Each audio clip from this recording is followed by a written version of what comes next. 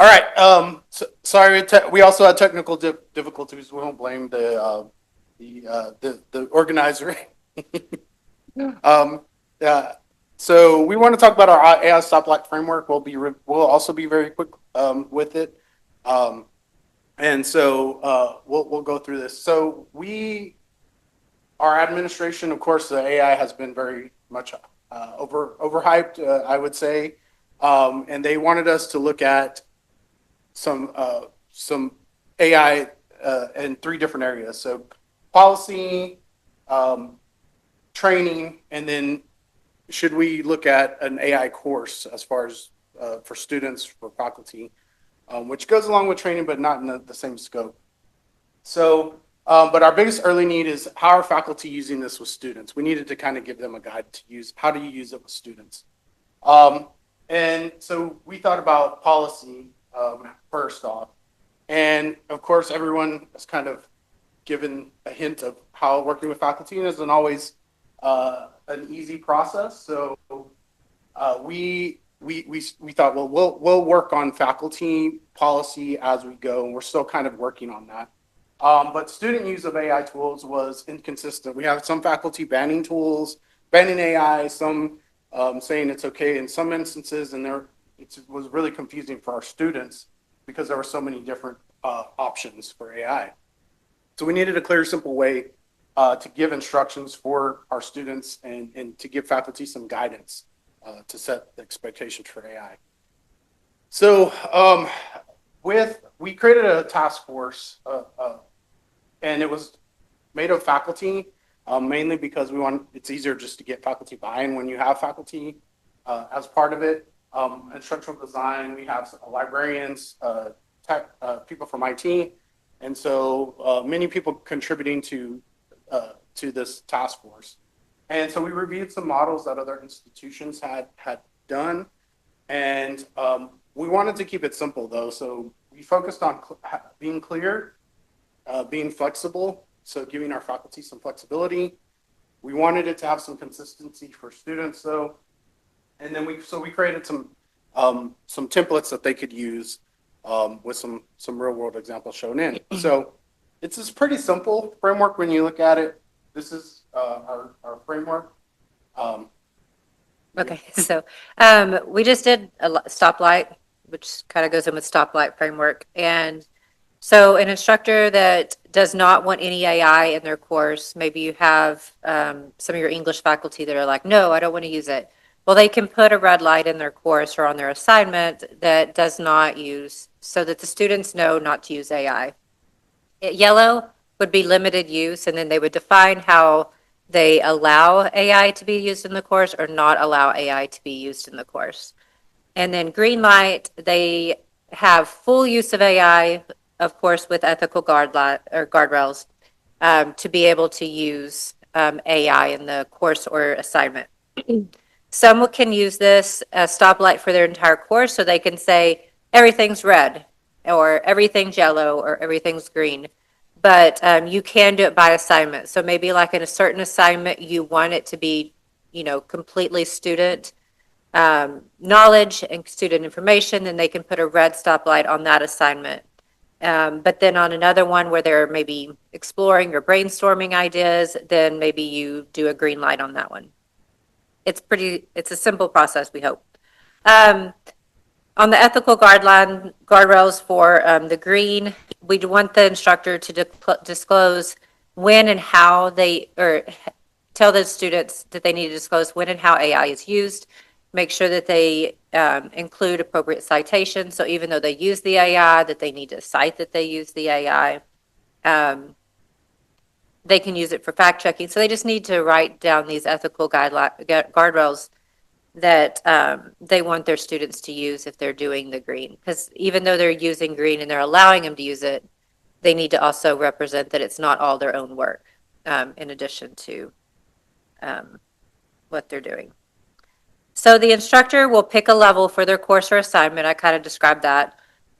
They'll decide what's acceptable or not acceptable, especially in that green or the yellow area. So if it was limited use, maybe they need to be a little bit more specific about you can use it for this, brainstorming, but don't use it for your actual writing of the paper.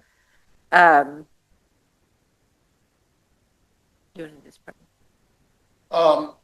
So we did, one thing that we do have a policy for in our broader scope that talks about AI is just like a copy and paste is against our normal academic integrity policy. So that we didn't feel like we needed to go more than that because but so our task force, now that we have that in place, we're still looking at training faculty and staff on using AI, both for themselves and in the classroom with their students. We want to do some kind of class. We are pro AI at our campus at McLennan, and so we want our staff to be able to use it. We want to teach students how to use it ethically. So we're looking at some kind of intro course to AI to kind of teach them how to use it because they're going to use it, most of them anyway. So teaching them how to use it ethically is a goal of ours. And then just keeping a feedback loop and iterating, just like we're doing, just Jessi, like you were doing with your bots, and just trying to refine the framework if we need to change it or do anything. So that's kind of what we're looking at next. So do you guys have procedures at or policy at y'all's college kind of right now in place? What kind of policies do y'all have? Do y'all have something similar or?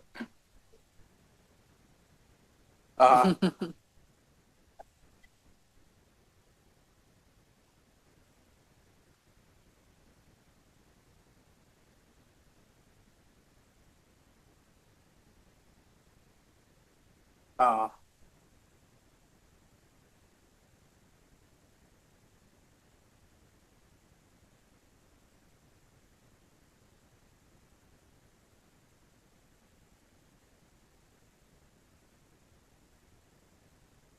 Yeah, and that's we're kind of in the midst of that right now as well. It's really tricky with the faculty because we do have faculty members on our task force, and they go back and forth of how they want to address this with faculty. So, but I think that it's important to have something in your policy with, and I think it's a given that you don't put like personal information in there, but you know. I don't know. We just need I think there needs to be written somewhere because faculty trip, not all faculty, but they try to find the loopholes sometimes.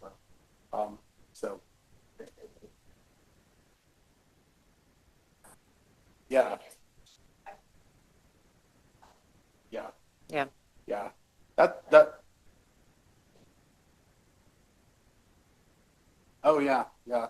We tried to tell faculty to, if you use AI in your course, that it's not a guideline, or it's not a policy, but it's a guideline to disclose that, just to be honest with their students. Like if you're using it for announcements or whatever, just tell them if you're using it. I think students kind of respect that more than, because I think, especially if you're not used to using AI, it's you can tell most of the time. And so I think students can tell when faculty just kind of use it. Well, there could still be like students finding out their courses back or Uh-huh. the data ever Yeah. they felt like it. Yeah. Yeah.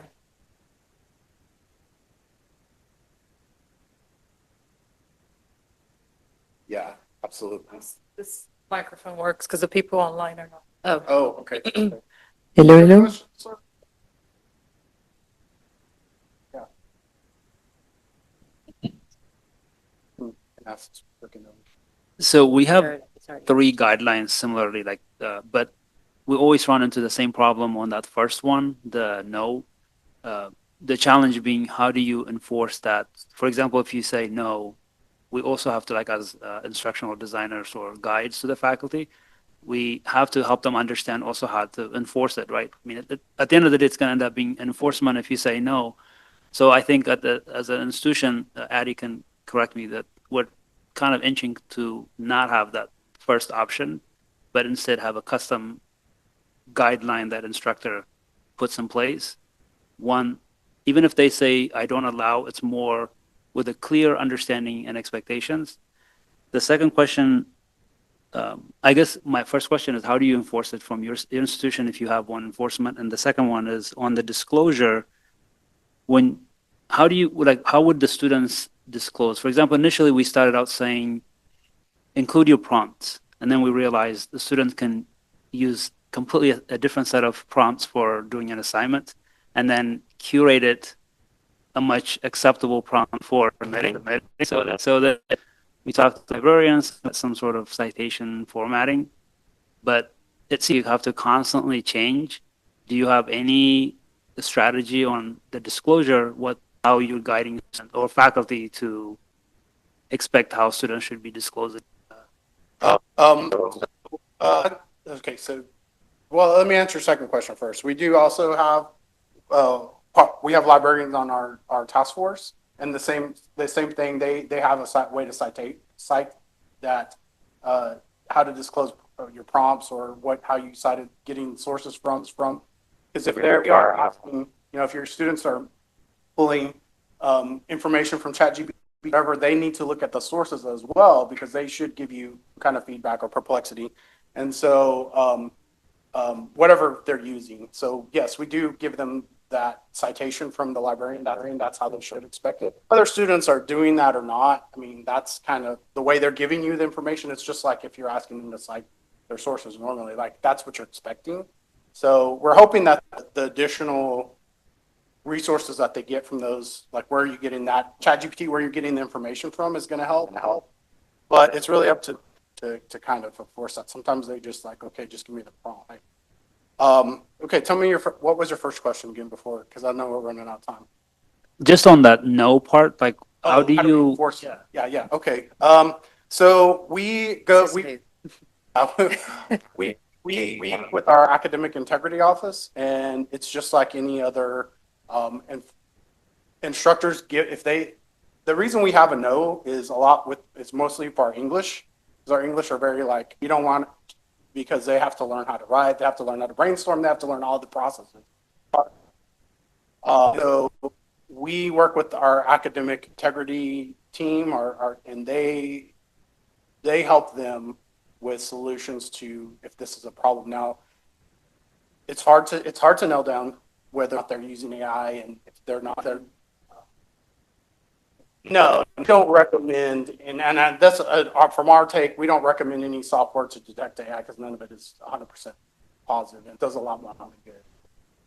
Anyway, that's kind of where we roll with that Okay. portion. So, Well, we're going to go ahead and stop because this next Yes. session starts at 45. Yeah.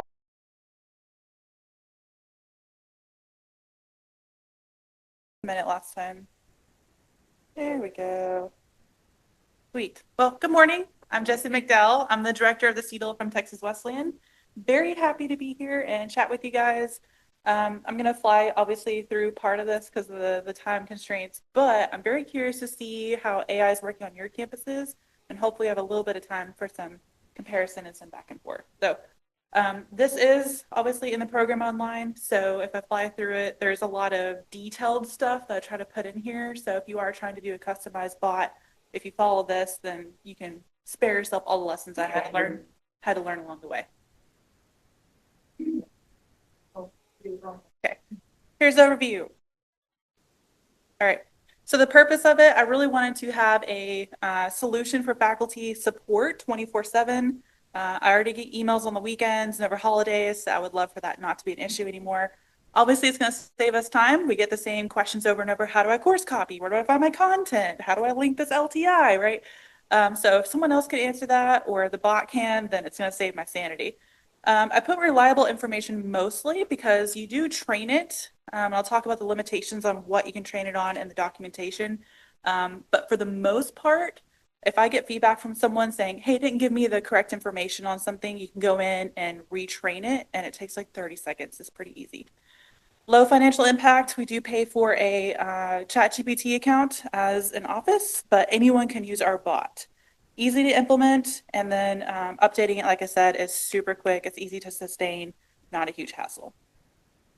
Really quickly, if you Go into ChatGPT. Obviously, you have to have that paid account. We have Plus. There's also Pro, which I think is a step ahead, but we have Plus, and it works for us. If you click on GPTs on the left and then create up at the top, you can have as many as you want, and you can make them customized for whatever audience, right?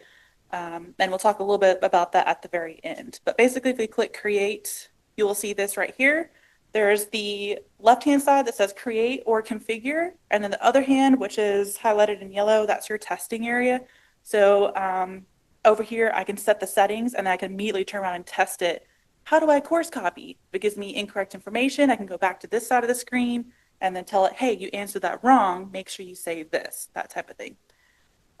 The create side, obviously you put the name, you describe it, you're a bot, that's for, higher education faculty members, you're supporting with LMS and tech questions, blah, blah, blah. I had AI give me a logo, so I didn't have to do the work for it, because why not? And then down here on the bottom picture, make sure you check the box that says code interpreter and data analysis. That's just the capabilities within the bot. So why limit the capability in case someone's trying to use it for curriculum development? And then you also have conversation starters. So if you've used AI before, it has the little squares at the top that gives you starters of questions you can just click on. You can set those here as well. Ours is like, help, I need help with Canvas, or how do I course copy, etc. Here's a little bit of the account information. You can have an unlimited number of these custom GPTs. I'll at the very end show you that we're going to have 3 that we're using. You have a file upload of 20 files, and that's your limit. I found where I was getting really niche, like this file is just about course copies. And this file, you start condensing and combining a lot of your information. And whatever you put into the file uploads, as shown in the screenshot, those file uploads, it sees as a direct command versus the create and edit screen. That's more of a suggestion. You might have to do multiple iterations to get it to understand. But whatever you upload as a file, that's like the Bible is law, and it will follow it. The users do have to have a free GPT account. The message limitations do still apply because they have a free account, but the number of people that access your bot and click on the link is unlimited. So really, you're kind of fronting on your end the access to it and stuff. Sorry, I'm trying to fly through the most important parts. Number 5 at the bottom, I used AI to make it more AI readable. I was like sitting there at my desk. I'm like, how do I make sure I format this in a way that the bot can really, and I was like, wait a second. I went to main GPT, uploaded my document and said, reformat this in a way that's going to make it easy for my GPT bot to read and quickly scan through information. It's like, oh, of course. And it reformatted tons of stuff, and it was so much better. If you have tool-specific guidance that's needed for your faculty, like if you have Turnitin, if you have Canvas versus Blackboard, whatever, obviously add that in there. I included campus policies, any forms. So like, oh, I need the incomplete grades form.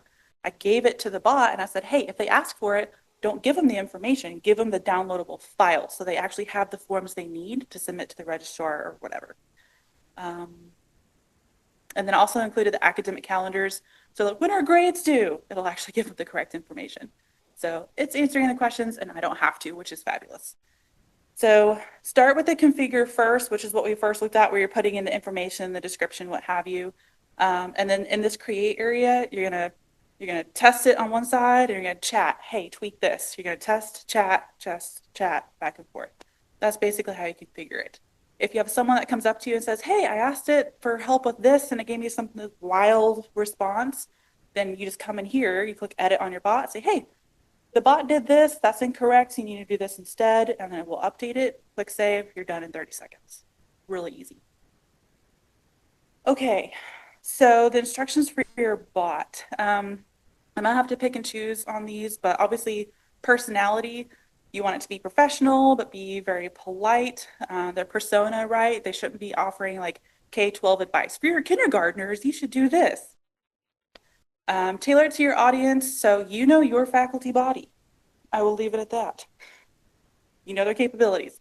How to handle disgruntled users. This is stupid. I don't have to do this anyways. This liquid syllabus is not something I want to do, but give me the instructions.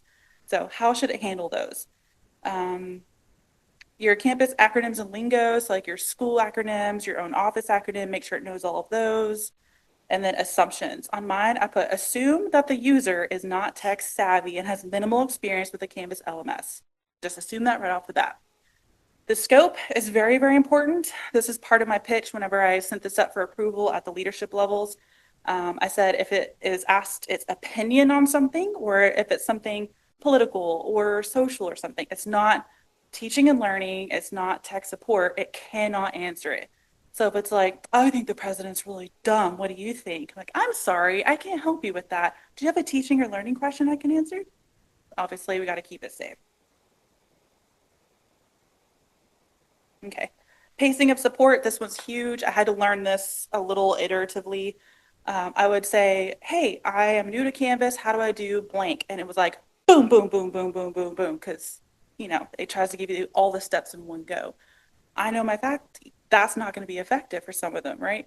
So I specifically in the documentation that I uploaded, I put, here's how you respond to faculty in a step-by-step format. And it says, clarify first if needed. So if it's not exactly sure what they're asking for, it should follow up with the question, oh, do you mean a course copy, right? And then it provides, okay, step one, go into your course, log into Canvas, and go to your course on the dashboard. It'll pause and say, do you want the next step? And we go step by step when you're ready, or do you want the rest of the steps in one go? So I'm kind of adding into the bot how it responds to faculty, knowing the types of faculty members that I have. Downloadable resources, I talked about that before. So if there's forms, we have HTML code that goes into our liquid syllabus. It'll give them the code. So I can just copy it and then paste it inside of Canvas if they need to. Support areas, for us, it's very, very important to differentiate where the registrar's responsibilities are, SEAL's responsibilities, and IT. A lot of times we get IT questions. I'm sure you'll see the same thing. So it'll be like, oh, if you need support with blank, you should contact IT. Here's the number. Here's their ticketing website. I gave it basically a table and says, here's where we can help. Here's where we can't help. That's a lifesaver. We're getting less of those emails of, how do I set my account password? Not me. I'm not the droid you're looking for. Campus specific. So if you have specific SAC-COC things, policies within your office, anything like that, obviously add those. Our contact information, we have a bookings link through Microsoft. So they're able to book a meeting with us, all of our information.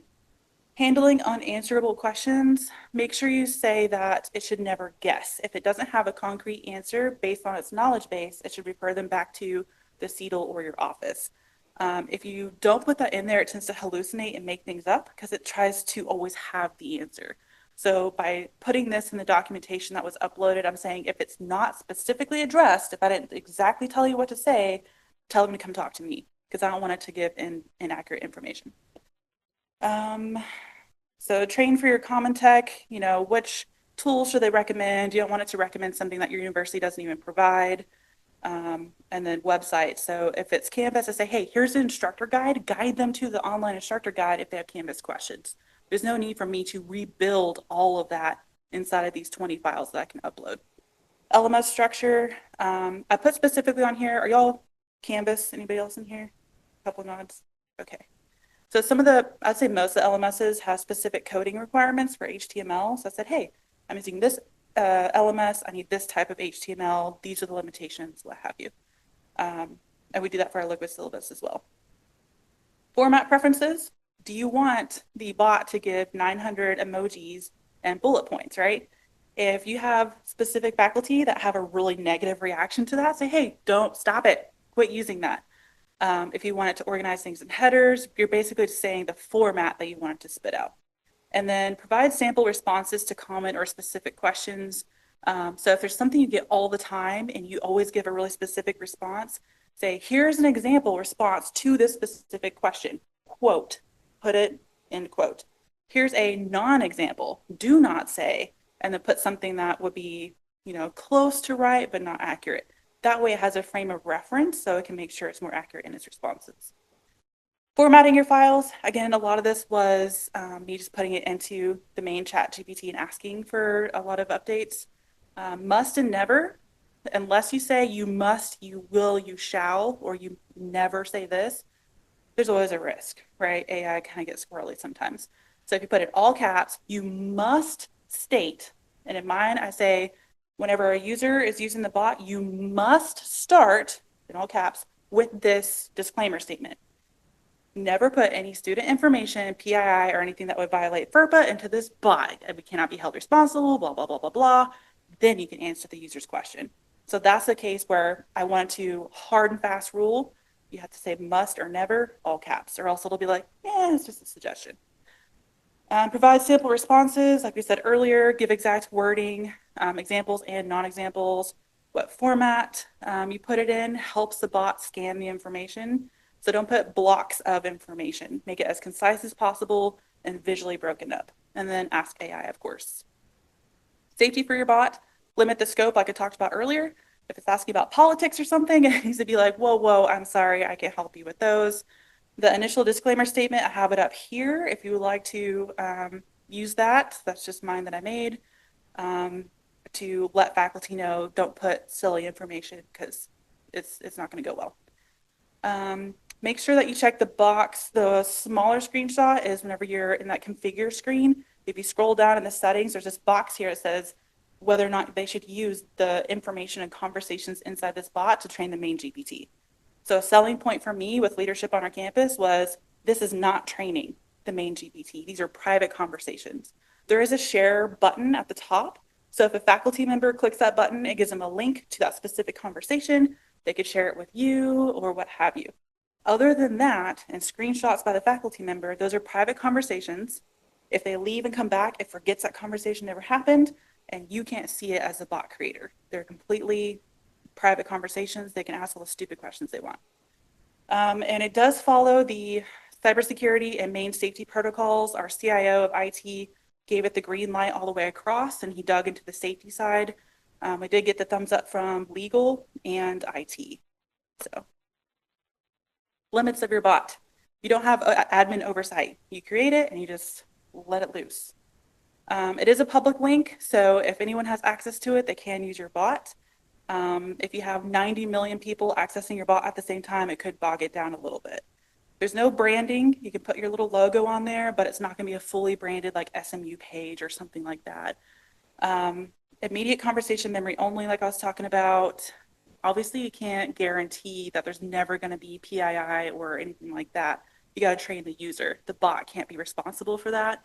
So if you're getting conversations from admin, how can you guarantee there's never going to, it's like the internet. I can't guarantee anything. You do have the limited database on those 20 files that you upload, and then it's not designed for heavy global traffic. As soon as I started talking about this on campus and letting people try it out, all of a sudden advancement was like, ooh, I'm going to try this. And enrollment, oh, we could do this for students. IT, oh, we could do this for IT help desk. And I'm like, whoa, whoa, whoa. This is good for a niche audience with niche information that you need them to have with common questions, right? You can direct them to resources on campus or something. For our people like advancement and enrollment, they need to go the API route with ChatGPT. You can, there's different financial caps and venues you can go with that. That's fully customizable. You have admin control. It can embed into your website. It can pull information from login sources. It can submit forms, all kinds of stuff. So just know if you're like, oh, they could, use the bot and the bot will submit the form for them in the system. That's not going to be this bot. That's going to be the API. The pilot, we had 10 to 12 faculty. I had a Microsoft form. I said, try this out. Here's different things like a curriculum question, an LMS question, and some other things. And then with that feedback, I went back and edited the bot, and they gave me some good information, like the wrong telephone number for IT. That's not going to be super helpful. Yep. And then instead of approval, I'll put approval because I love alliteration and we're all P's so far. So the approval process, again, was the CIO of IT looking at the cybersecurity and data security side. The provost was the overall approval for the project as a whole. And our general counsel was, of course, the legal aspects to this. And of course, they all gave me the thumbs up on this. Potential. So we right now have our bot that I've been describing. It's called Justin because it's just-in-time support for faculty, right? So that's going to be our tech support. And the more I thought about it, I wanted to add in like the curriculum development and curriculum design side of things to help them because we don't work with every single faculty member. We just work with a sampling of them in our office. So I realized I couldn't really combine that with the basic CETL support because I only have 20 documents, right? Then things start getting really hairy and really fuzzy. So we're developing another one called Callie, the curriculum coach. And so that's more of the alignment of objectives and student engagement and how do you organize content inside of Canvas, that sort of thing.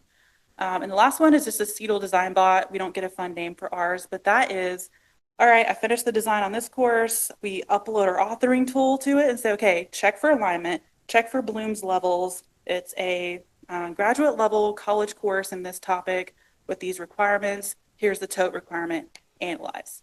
I have all those instructions built in. So as soon as I upload the file, I just say graduate, undergraduate, the area, and the credit hour. I submit the thing and it does all the checking.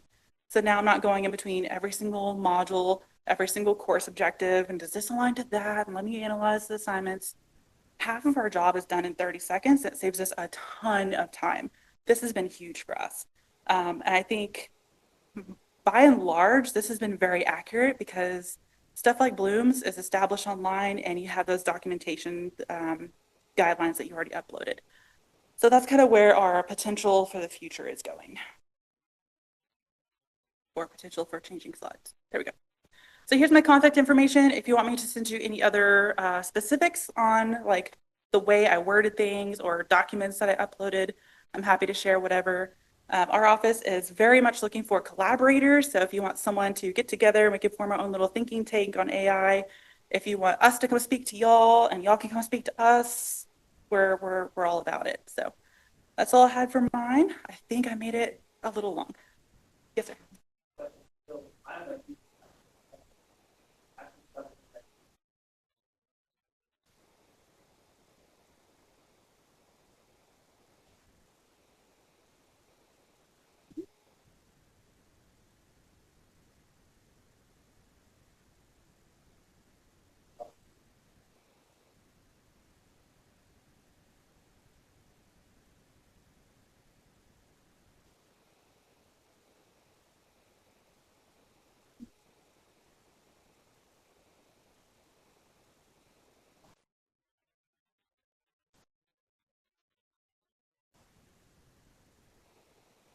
Right.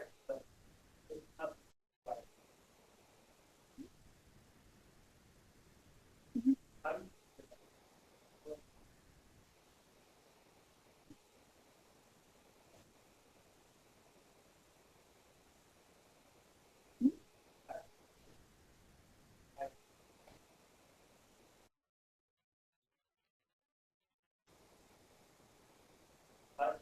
Yes.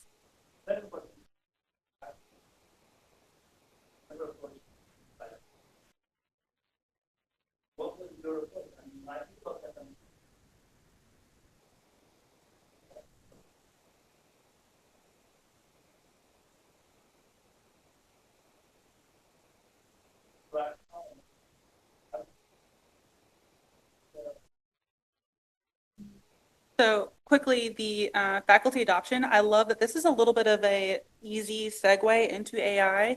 If I'm saying, hey, incorporate it into your class, or you can make a bot as a tutor for your students in your class, or you can have a custom GPT where some of the assignments for the course live in the bot. You have to ask the bot, hey, what are we doing for chapter 2?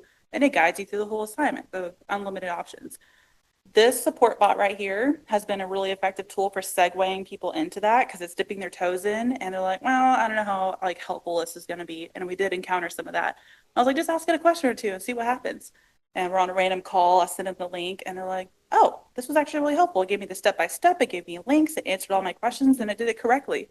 And then that leads me into the, well, couldn't you do this in your class? Don't you want a TA? Don't you want a tutor built in?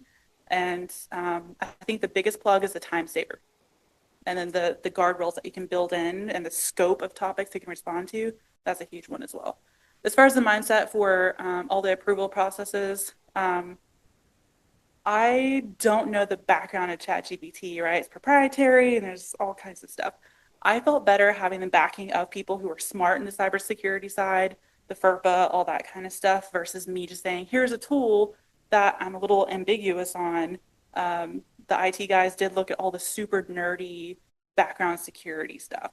Because at the end of the day, if someone does put some kind of information in here, I want to know how safe is that information potentially going to be or not be.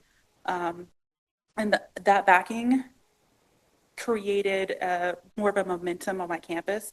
So then your provost, associate provost, chancellors, whoever were like, oh, well, they said it's good. There's less hesitation to accept the tool when you've already talked to some of the other pieces and they're already good to go. The security places are pretty standard. I forget all the names and protocols.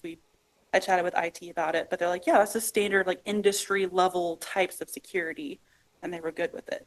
So hearing it from someone else instead of me helped that higher level provost, president, VP approval.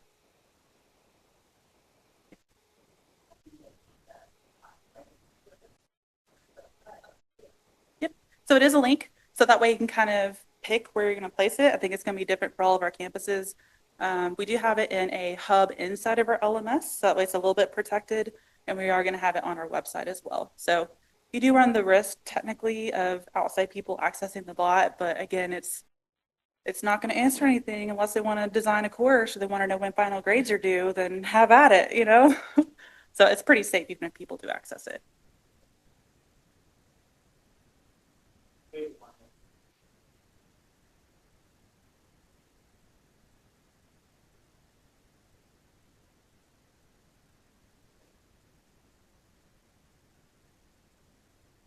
This one is, yes. Yeah, because you can go into GPT and I think second slide where I said click my GPTs and then click create. On that screen, there's a whole bunch of them. There's like math tutor ones and all kinds of ones you can leverage that people have already invented the wheel on. But for ours, we did want to do link only to somewhat limit who's actually using our bot. Okay, I think I'm very much running over, so